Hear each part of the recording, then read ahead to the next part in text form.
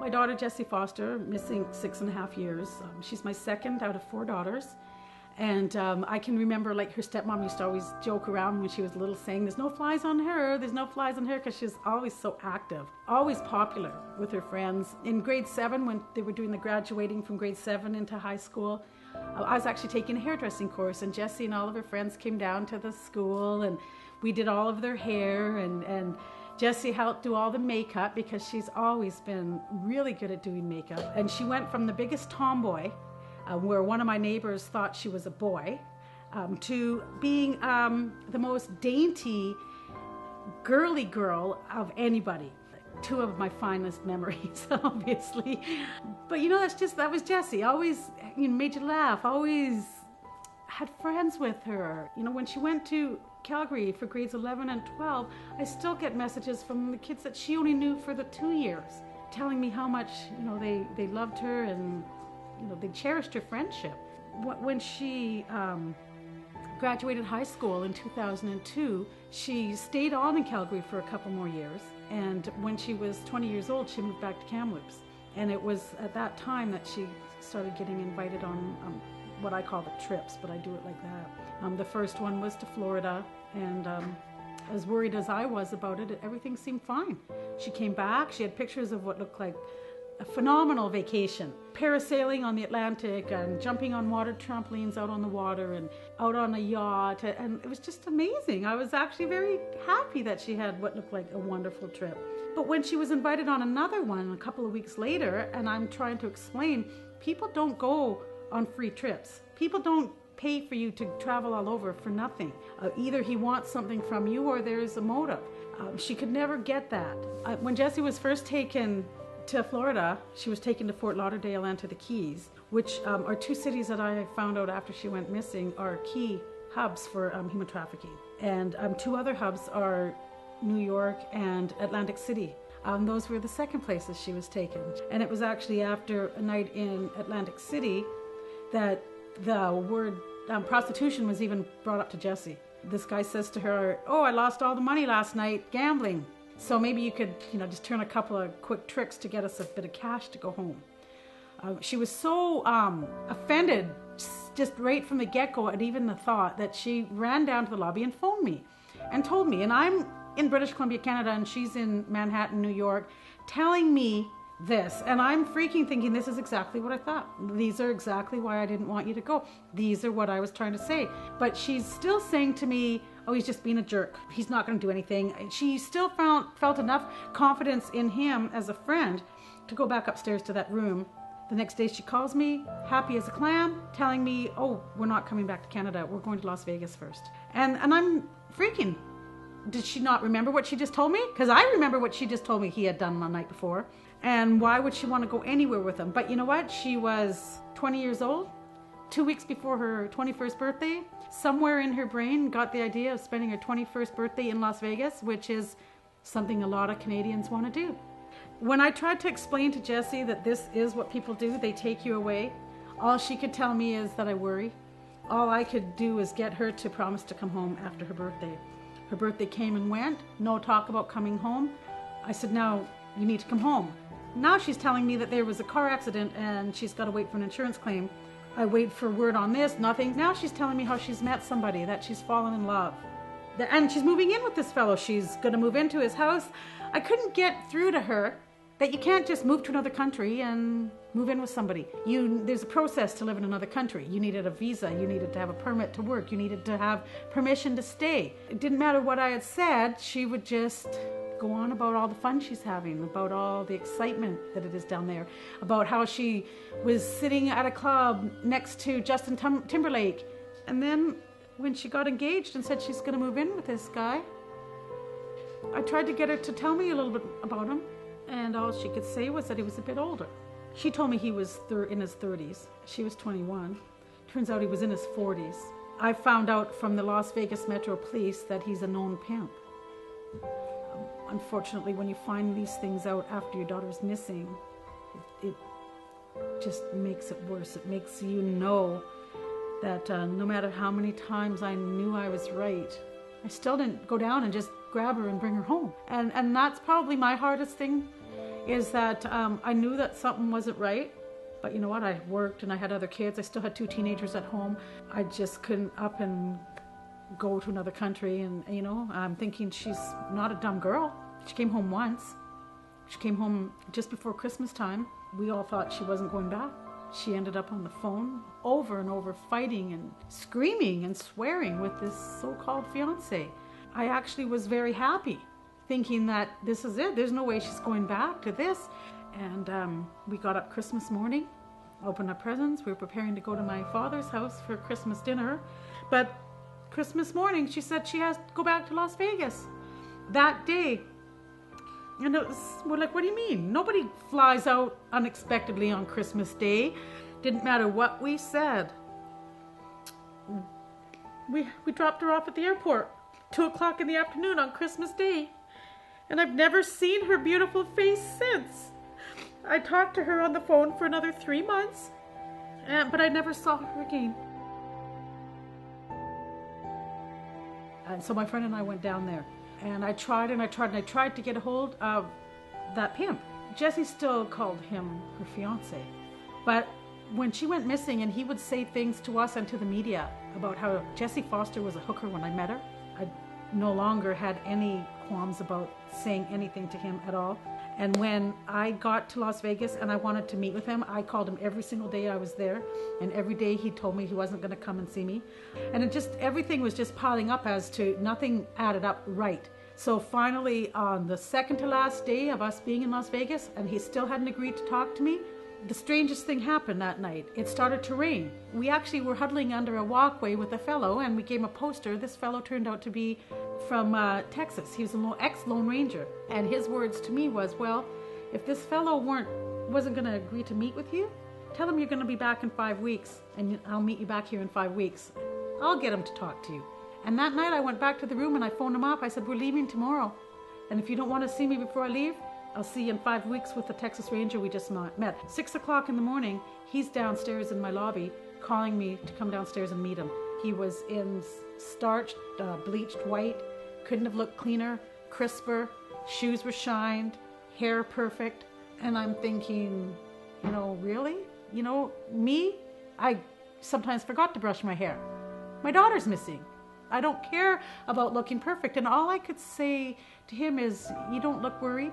And when I went to introduce him to my friend Brenda, he pulled his hands behind his back and he said, I'm not going to shake anybody's hand. And then he told me I might as well just leave. He just wanted me to see him face to face, so I knew that I wasn't of any concern to him and that Jessie was no longer of a concern to him. To me, that just told me his whole entire attitude towards my daughter. I was business only with him. I didn't show him any emotion. I didn't want him to see me break down. And it was hard because I had been crying all night. When I stood across from him and I looked him in the face in the parking lot, it was a surreal moment to know that the person that I was looking at may have killed my daughter. And that, I had to keep that thought in my head, and I let him know point blank that I knew he did something. And I've even told him, you know, you may not know where Jessie is today, but you know what happened to Jessie. Either you sold her or you buried her, but you know. I think I would be offended if somebody said something like that to me, but he never tried to, you know, defend himself. He just tried to slough me off. And that's not how a person would react to that kind of a conversation. I think the parts that bothered me the most was when we had gone out to the house and we could look through the windows and you could tell somebody had moved out in a hurry. There was a couch over here, a few odds and ends, but nothing to show anyone lived there. And we put posters up all on the garage and on the fence and went around the neighborhood and handed posters out to the neighbors. And that was something else he questioned me about, was how dare I put posters up? He says, but don't worry, I've taken them all down. And I just thought, who takes down posters of a missing person? He denies that they were involved. You know, he says I was never engaged to her, yet I have pictures of her with the ring on. It's a real hard thing to know that somebody just looks you in the eye and just discounts a whole entire person as nothing. And that's what he did. I also found out some other things, and that's when she was forced to work at that escort agency, that the woman who ran that escort agency, she called me up when Jessie went missing, when she heard about my looking for her. She said, I needed you to know some things about your daughter. Well, first of all, she called her Taylor because they had renamed Jessie. She wasn't even Jessie down in Las Vegas. I need you to know that your daughter was not a drug addict. I need you to know that your daughter did not come down here to do this. And I would tell her, go home, little girl, you don't belong down here. And she had one response that she would say, I'm too scared to leave. I've had some people ask me a very hard question. They go, what if what you've done has caused harm to Jessie? Maybe they took her away, but once they saw all of this, maybe they've done something worse. And I go, you know, I really had to weigh that option, you know, to think that maybe something I did might have got my own daughter killed simply because I was just being too much trouble. I couldn't have sat there and done nothing. I couldn't have just carried on with my life. It may have been a risk that I did take. I'd do it again. And just to hear her come in and go, oh my gosh, Mom, I can't believe you did this. My name, my face is everywhere. You know, I would do anything to hear her give me heck for that. Well, I miss saying that, what she's doing, you know, oh, what are you kids up to? You know, I don't know, you know, I don't know what she looks like anymore. I miss her being silly and belching, you know, for 5 minutes straight without stopping. Like, it's so silly, but it's those wonderful little things that, you know, she would probably only do around her family because it would probably be pretty embarrassing. I miss the fact that her sisters don't have her to share. My oldest daughter feels so guilty because she should have known something. She feels that I'm her big sister. How did I not know? Her little sisters just want their big sister back. Her dad's life has fallen apart. You know, like he can't get it together. Like, it's just caused so much heartache, you know? I mean, I cry every day. I cry every night. I cry with my friends. I cry by myself. I just miss having a normal life that I could wake up and not have to worry about anything. I can't ever stop thinking about Jessie. I really try hard to not think of what's happened to her. I just try to think of her. You can't really think of your daughter being beaten and raped every day, or being murdered and having been buried somewhere and not resting in peace until she's found. Like, you can't think like that every day. It would make you an absolute crazy person. So I try just to think of her beautiful face and her smile, and I always think of how the name Jessie Foster has changed, how people look at the word human trafficking. They can't believe that, you know, it could happen to her. She's so normal. I just want to help anyone I can. I want to help the parents. I want to help the young women. They need to know that there are people out there like these traffickers whose job it is to take them. I want everybody to look at her picture and know that she's just your everyday average Canadian girl next door. Absolutely beautiful, fun-loving, and probably one of the biggest reasons why she became a victim.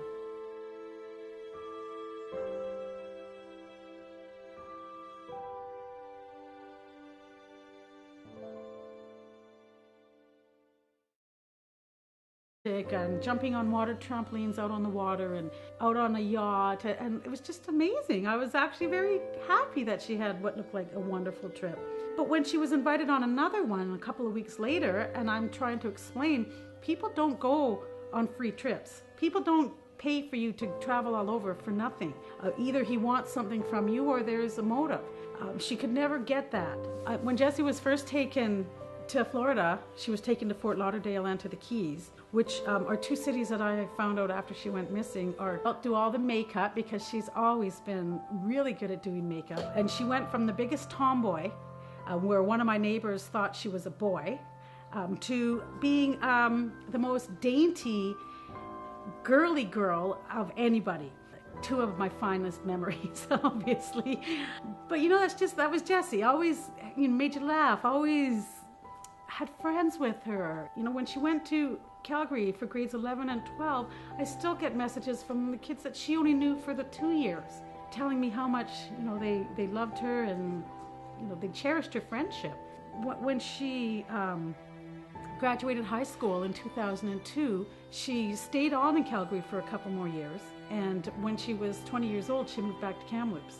And it was at that time that she started getting invited on what I call the trips, but I do it like that. The first one was to Florida, and as worried as I was about it, everything seemed fine. She came back, she had pictures of what looked like a phenomenal vacation, parasailing on the Atlantic.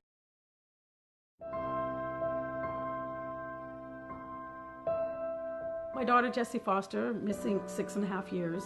She's my second out of 4 daughters. And I can remember, like, her stepmom used to always joke around when she was little, saying, there's no flies on her, there's no flies on her, because she was always so active, always popular with her friends. In grade 7, when they were doing the graduating from grade 7 into high school, I was actually taking a hairdressing course, and Jessie and all of her friends came down to the school, and we did all of their hair, and Jessie had key hubs for human trafficking. And 2 other hubs are New York and Atlantic City. Those were the second places she was taken. And it was actually after a night in Atlantic City that the word prostitution was even brought up to Jessie. This guy says to her, oh, I lost all the money last night gambling. So maybe you could, just turn a couple of quick tricks to get us a bit of cash to go home. She was so offended just right from the get-go at even the thought that she ran down to the lobby and phoned me.